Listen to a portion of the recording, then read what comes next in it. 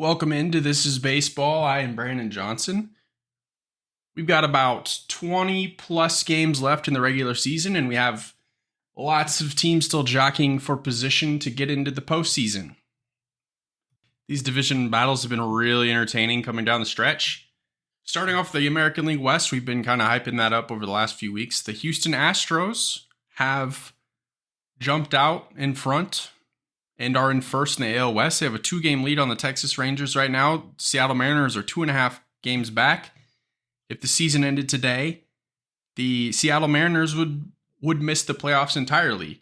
Now, for much of the season, the Texas Rangers had a hold of this division, and it looked like they were going to march into the playoffs, possibly be a 1 or a 2 seed. Now, they haven't been playing good baseball lately. In fact, they've been kind of up and down in the standings. They've been second, they've been third right now. After a Mariners loss and a Rangers win, the Rangers are in second place. Now, I was taking a look at the Mariners schedule, and it is not going to be easy down the stretch. They've got a lot of tough opponents. They're playing the Angels right now. They already dropped a game. They got another game against them tonight, and they'll wrap up that series tomorrow. Then they're going to play the Dodgers. Then they've got a gift. They're going to face Oakland. They have to sweep Oakland. They have to. There's no excuses at this point. If you're a team that thinks that you are going to win, you need to take advantage of your schedule and beat the teams like the Oakland A's. Then, after they leave Oakland, if all things go well, they play 3 against Texas, and then they play 3 against Houston, and then another 3 against Texas. So a 10-game stretch that is going to be key for the Mariners' postseason hopes. They have 10 games. Actually, that whole stretch for all 3 of those teams is going to be very important. Now, of those 3 teams, the Houston Astros have the easiest stretch. The Houston Astros have 18 games left. Of those 18 games, 9 of them are against either Oakland or Kansas City. I don't need to tell you how bad both of those teams are, but Houston kind of gets a gift at the end of the season and is really going to probably set themselves up to win this American League West, as I have thought they would do all season. It took them pretty much until September to finally claw their way up to the top, but I truly believe in this team to win the division and go on another playoff run and possibly find themselves in the World Series. Staying in that American League wildcard chase, let's look at the Toronto Blue Jays. The Toronto Blue Jays had a chance to host the Kansas City Royals over the weekend, and they took full advantage of their schedule. As I was saying earlier, you have to beat the teams like that when there's a gift on your schedule, like the Royals, like the A's, like those lower teams. You have to beat them. And the Toronto Blue Jays took care of business and swept Kansas City at home to propel themselves back into the wild card standings. If the season ended today, Toronto would be there. Now, they're playing Texas right now. They have 4 against them. They already took game 1. Then they're going to play Boston, New York, and they've got Tampa. Then they'll finish the season at home with New York and Tampa again. So New York obviously has not had a great season. They're going to miss the playoffs entirely. Same with Boston. So really, they've got Texas. They've got 3 more against them, and then they have 6 against Tampa. So really, really important. And the schedule is just playing out so perfectly for drama in the American League coming down the stretch. Now, we talked about the Toronto Blue Jays having 6 against Tampa. Tampa, though, while they're the first wildcard team, they still have aspirations to win the American League East. They're 3 games back in the American League East standings and really chasing Baltimore. Unfortunately for Tampa, Baltimore is pacing them and playing as well, if not better than them right now. So it's really going to take Baltimore falling off for Tampa to get a chance to overtake them. Now, fortunately for Tampa, Baltimore will be hosting them this weekend. They have a 4-game set coming up starting on Thursday. That is going to be an incredibly important series. If Baltimore comes out and wins 3 out of 4, you can pretty much call the American League East a wrap. But, if they split, If they split or Tampa takes a series, then you're looking at a division that could likely be tied going into the last 2 weeks of the season. And Tampa Bay is a team that came out at the beginning of the season. They won 13 games in a row, and it really looked like they were just going to run away with that American League East. We talked about how tough that division was going to be, and when we said that, I don't think any of us were talking about Baltimore leading the pack there and most likely winning the division. Again, it's really all going to come down to that series and then who carries that momentum into those final 2 weeks. Again, another super fun race to watch. The American League East is exciting. I want to touch on a series coming up this weekend against the Chicago Cubs and Arizona Diamondbacks. Both of those teams are holding a wild card spot, and one of them will have a chance to pad their lead a little bit. And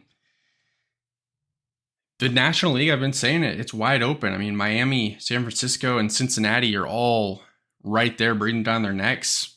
So there's a lot of pressure in the National League, especially in that wild card race, to keep your foot on the pedal and keep playing well. Another series coming up this weekend, Miami and the Milwaukee Brewers.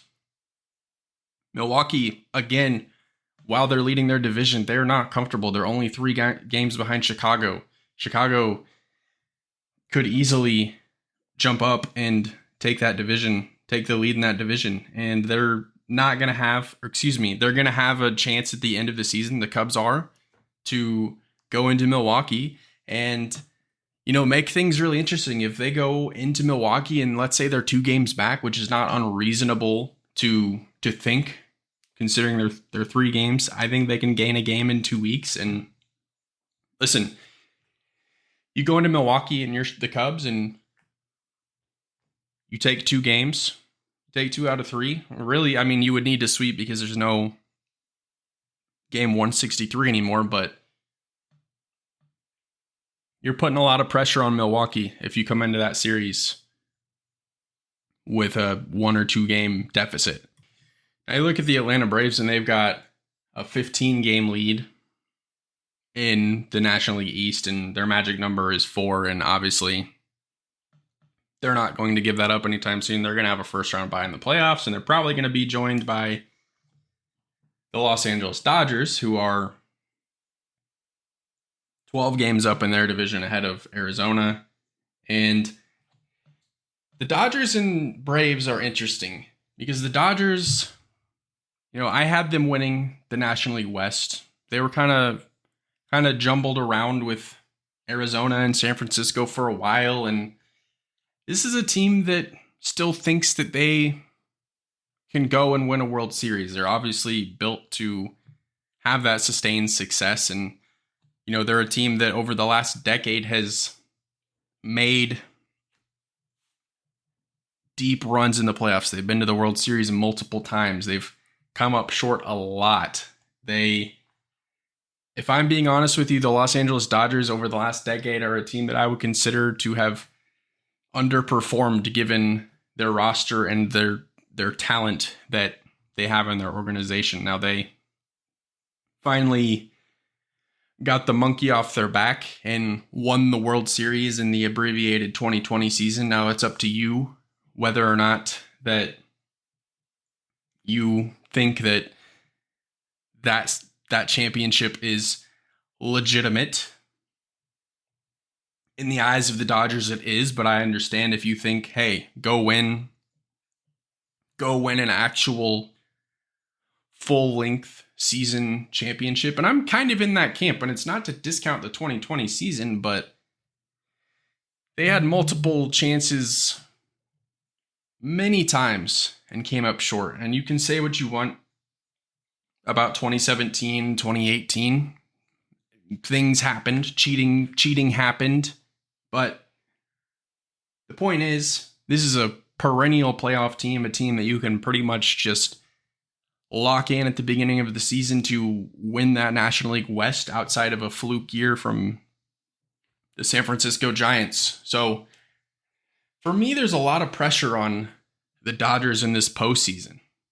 to get into a World Series and not only get there, but win it.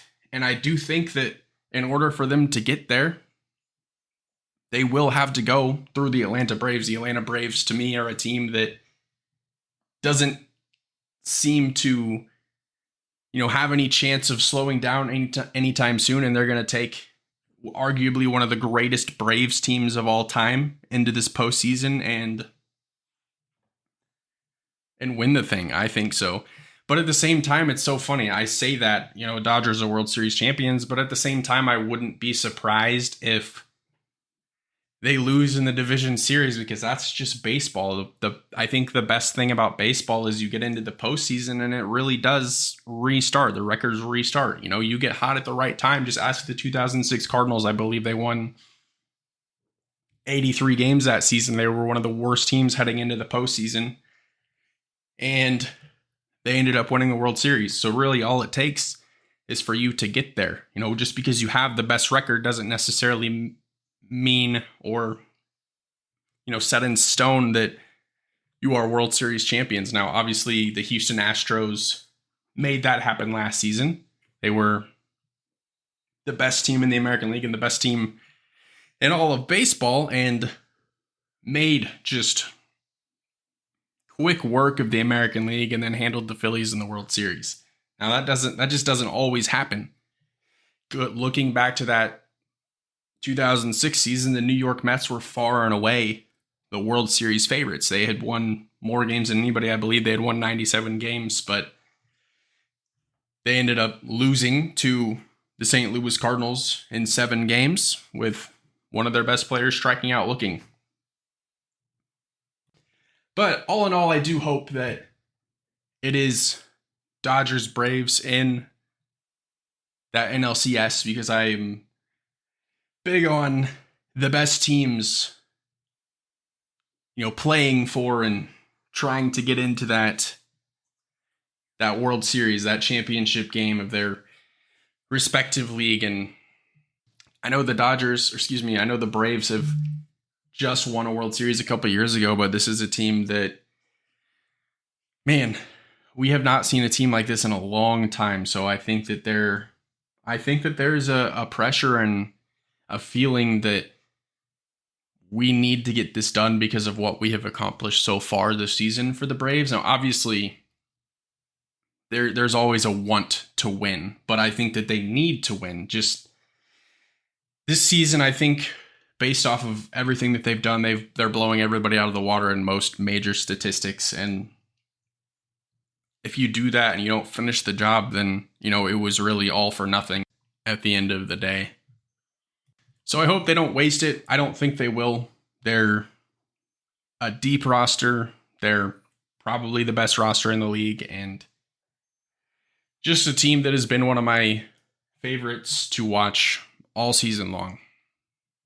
Now, if we have the same conversation on the American League side, I think, teams that have pressure to win the World Series this season, Houston Astros, I wouldn't necessarily say that they have pressure. They have aspirations to win back-to-back championships, but I don't think that there's a ton of pressure on them going into this postseason, just because they've been kind of a juggernaut. They've been the best team in the league for, going on 6-7 years now. So they're no stranger to the postseason. So I think they're going to get in there and they're going to do their thing, and they're going to have some bumps along the way. I'm not going to try to predict who they're going to play, but you have a team like Tampa who has been to 2 World Series in their time, and they have won neither of them. Tampa, I think, is a team that, wants to get there and wants to finish the job.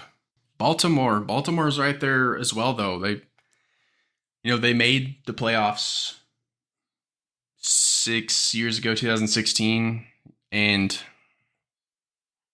they haven't won a World Series in a very, very long time. So, hey, we don't know how long this is going to last for us. We don't know how long our window is open in Baltimore. I personally think it's just now getting started, but we don't know how long this is going to last. So let's maximize our window and let's win it year one and kind of get that pressure off of us and just continue to play good baseball over the next 4, 5, 6 years. Seattle, if they make the playoffs, and I'd like to think that they will. It's tough though. That's a team that they just need to win a playoff series. They're not a team that is World Series or bust. For them, it's go to the ALCS. If you go to the ALCS, I think that your fan base will be happy with you. I think that you would be happy with that. Obviously, every team, at the end of the day, you make the postseason and you want to get into the World Series. But I think you got to kind of set your goals a little bit. Okay, we won the wild card round. Now let's not look ahead to the World Series. Now let's look at our opponent in front of us in this division series. Let's take care of business here. Let's take it one game at a time, one series at a time. All right, now we've conquered the division series. All right, 4 more games and we're in. If they have that mentality, I think that it's a team in Seattle that is really set up for a deep postseason run. Now, in the American League Central, Minnesota Twins, the weakest team in all of the division leaders. I think this is a team that, I would be shocked if they made it out of the division round. It's a team that, hey, we're just happy to be here and we'll see you next spring. That's kind of how I see the Minnesota Twins. And if I'm wrong and the Twins do go on a run, then that'll be a lot of fun. Because again, like I said earlier, I love that the Major League Baseball postseason is completely unpredictable and it's not completely obvious who is going to hoist the trophy at the end of the season. But all in all, seriously fun baseball down the stretch. Division battle is going to come down to the wire. This wild card race going to come down to the last day. The expanded postseason has more teams feeling like they are in a position to make the postseason. So you have just more teams in it later than you typically do, and we're going to be in for a treat over the next 2+ weeks. Thank you for listening. I'm Brandon Johnson. This is baseball.